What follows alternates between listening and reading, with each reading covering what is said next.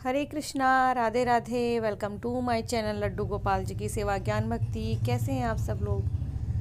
तो आज है एकादशी और पुत्रदा एकादशी है। तो मैंने गोपाल को तो मालिश करके नहला के और इनर पहना के बिठा दिया है, और लड्डू को मैंने नहला दिया था लेकिन मालिश नहीं की अभी तक।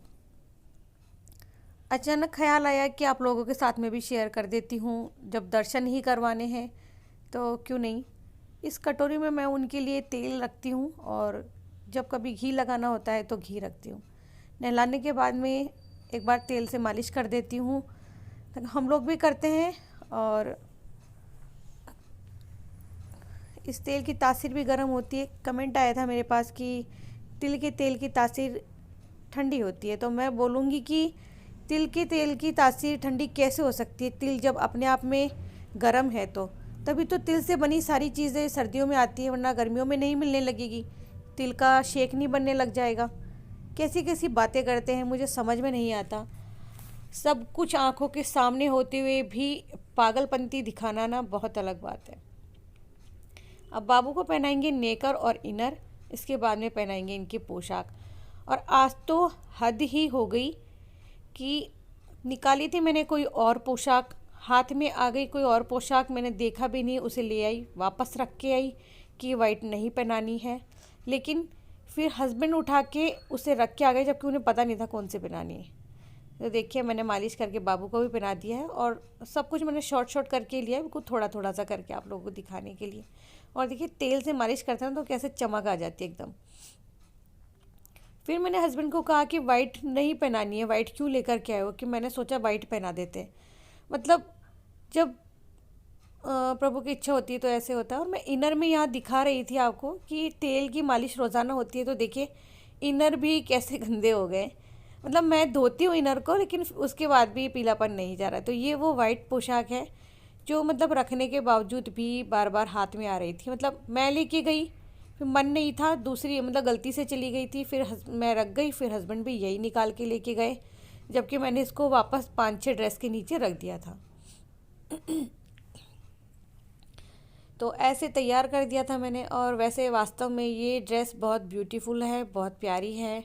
अगर ये ड्रेस आपको किसी को भी बनवानी हो तो आप कांटेक्ट कर सकते हो, मैं आपको नंबर शेयर कर दूँगी, ठीक है। ये हमारी राधा रानी का पर्स है, जो कि मैं लाडली बिटिया को देने वाली हूँ, और इसमें एक कॉइन रखा हुआ है।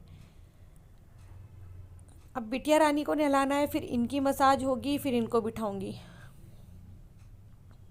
तो मैं आई थी रूम में अर्ली मॉर्निंग, टाइम होने वाला है 9 बजने के आसपास का। मतलब नहला के सबकी मालिश करना बहुत टाइम हो जाता है।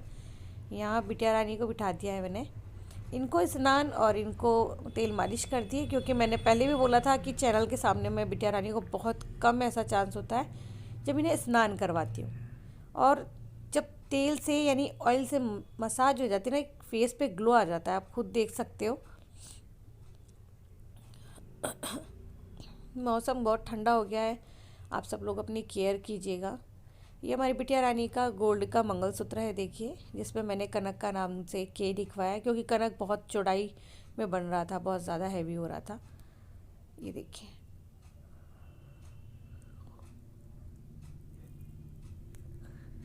यहाँ मैं जो हमारे छोटे राधा कृष्ण हैं उनको चंदन का टीका लगाती हूँ। तो इनको लगा दिया, वहीं राधा कृष्ण को लग गया। और यहाँ मैं पुष्प अर्पित कर देती हूँ। साथ ही में आज राधा कृष्णा को मैंने शॉल उड़ा दिया था, क्योंकि मुझे लगता है बहुत ठिठुरन हो गई है, बहुत सर्दी हो गई है, तो इनको भी ठंड लगने लगी है। पहले भी हो गई थी ठंड तो, बट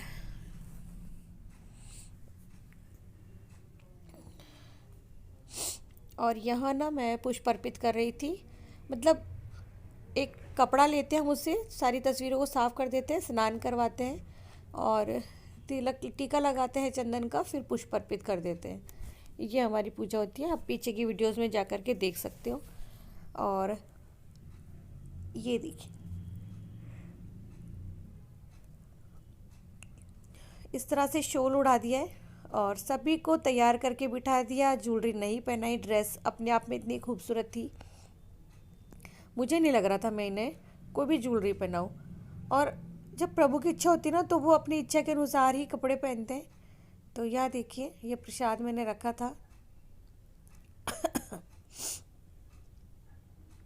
और मतलब फिर जब ड्रेस पहना दी तो कान्हा ने कहा, मम्मा मैंने भी सोच रहा था कि ये पोशाक पहनानी चाहिए, आप अपनी मर्जी से ही पहनाते हो। क्यों कान्हा, हाँ। तेरे मन की भी हो गई पूरी, है ना? हाँ सही बोला, मेरे मन में यही था। तो यहाँ ना मैंने घी गुड़ धूप दीप सब कुछ लेकर के छोटा सा हवन कर दिया था, क्योंकि एकादशी है, इसमें मैंने तिल डाल दिए थे। तो इस तरह से आप भी कर सकते हो। इसे मैं अब तुलसी के पास में रख के आ जाऊंगी, क्योंकि बहुत काला धुआं हो रहा था इससे। यहाँ देखिए, मैंने अमरूद और पेड़े और साथ में रखे केले। तो ये भोग अर्पित कर दिया था मैंने राधा कृष्ण को।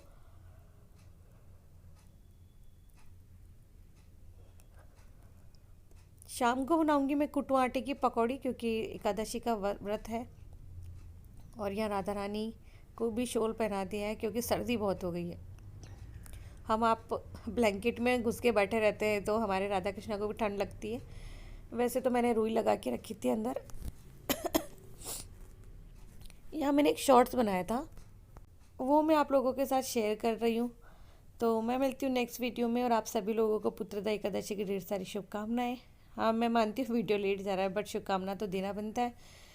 तो बस सोचा कि आप लोगों के साथ में शेयर कर दूँ। पहले मन था नहीं, यूँ ही बना लिया था, बट हो गया।